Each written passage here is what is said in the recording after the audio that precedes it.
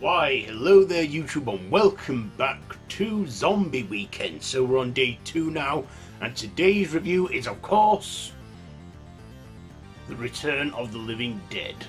Yeah, this one is written by Dan O'Bannon and directed by Dan O'Bannon. And it stars Clue Outler, James Karen and Don Calfer, and some other supporting cast and characters. So this is a 1985 zomcom where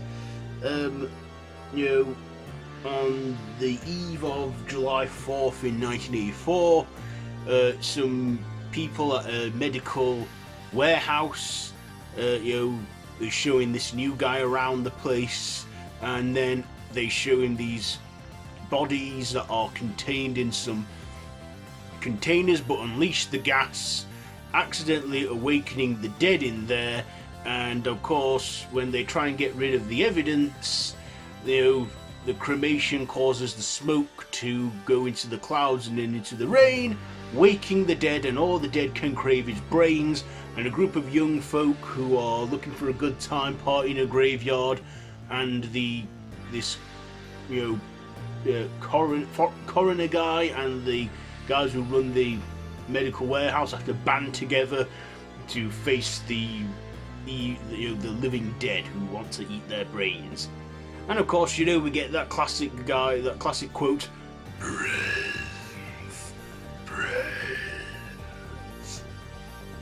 and of course we get some funny moments in there, we get some physical comedy, we get some practical effects, we get a good soundtrack, which I actually like as well. Good mid-80s soundtrack with new wave and retro in there. So what did I like about this one? Well, first of all, I thought the acting was okay. With it being a comedy, it was never going to be serious and straightforward, and with me knowing that, I was okay with it, and I thought some of the characters were just your typical horror cliched characters and stuff. But of course, the zombies, the amount of extras they got for this and the whole effects for them are all pure practical. It's the mid-1980s, computers were not like what they are now, but they go full on practical with this, especially with the skeleton zombies and the puppetry and all that went into it. I gotta say, I was impressed by all that. I knew it wasn't real, I knew it was all fake, but the fact that they actually went like full, practical, not a thing computer generated, was, I think, well done. Also, a lot of the makeup as well was good in this. We also find that the zombies are fast and, well, they don't run, but they're not slow either. And these zombies are actually aware, they can talk, and they feel the pain of being dead and they just want brains. And then there's like a bit where one of them gets some paramedics in, one says send more paramedics, and then cop comes and then they'll send more cops. The fact that they're just letting them all run into the trap is like, yeah, a bit daft, but yeah. We also find that there's a contingency plan to get rid of this zombie infestation, and of course, when they decide to, I'm sure I'm not giving anything away, this film's nearly 40 years old, they nuke the whole town.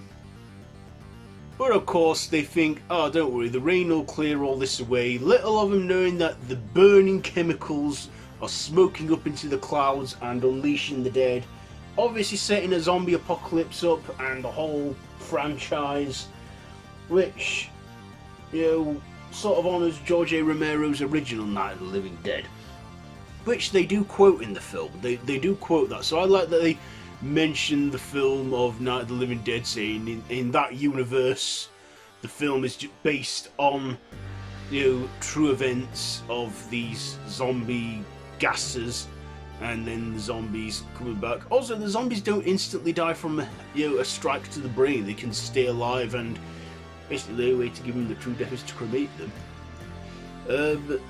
But of course, this was also 91 minutes long, so a good hour and a half. So I thought, yeah, that's long enough for one of these movies, and I thought that was good. I like the cast in this. Didn't recognise many people. In fact, I don't think I recognised any more except for that one black guy who I knew from Friday the 13th Part 5 and the live-action Scooby-Doo film. But yeah, it had 80s cheese all over it, and also I didn't take this film seriously, so, you know, maybe knowing what I know, I didn't get bored watching it. To be honest, the time for it kind of flew by pretty quick, and yeah, I thought, what has taken me so long to actually see this movie, because I haven't seen this film till recently when I thought I'd watch it for this review and do it right here, right now, so there it is.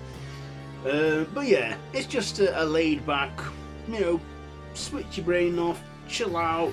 You love zombies, you love gore, you love practical effects, then check it out. So I see why this is a classic and that it's quite popular. So my ratings now, I'm going to give The Return of the Living Dead, you know what, for practical effect efforts and that, I think I will give this 4 brains out of 5. 4 brains out of 5 for that, The Return of the Living Dead. So there you go, there's my review for today. Have you seen this one? Let me know down in the comments below if you have. If you like this video, be sure to give it a big thumbs up, share with your friends, and feel free to subscribe to the channel if you haven't already, and to hit that notification bell. I've been Random Ross. This has been Zombie Weekend Day 2. So yeah, I'll see you tomorrow for Day 3. So yeah, be sure to like, share, comment, subscribe, and hit that notification bell. You can watch all of Zombie Weekend so far and the previous seasons as well on my channel on the playlist. So yeah, so see you tomorrow, and until then, don't have nightmares.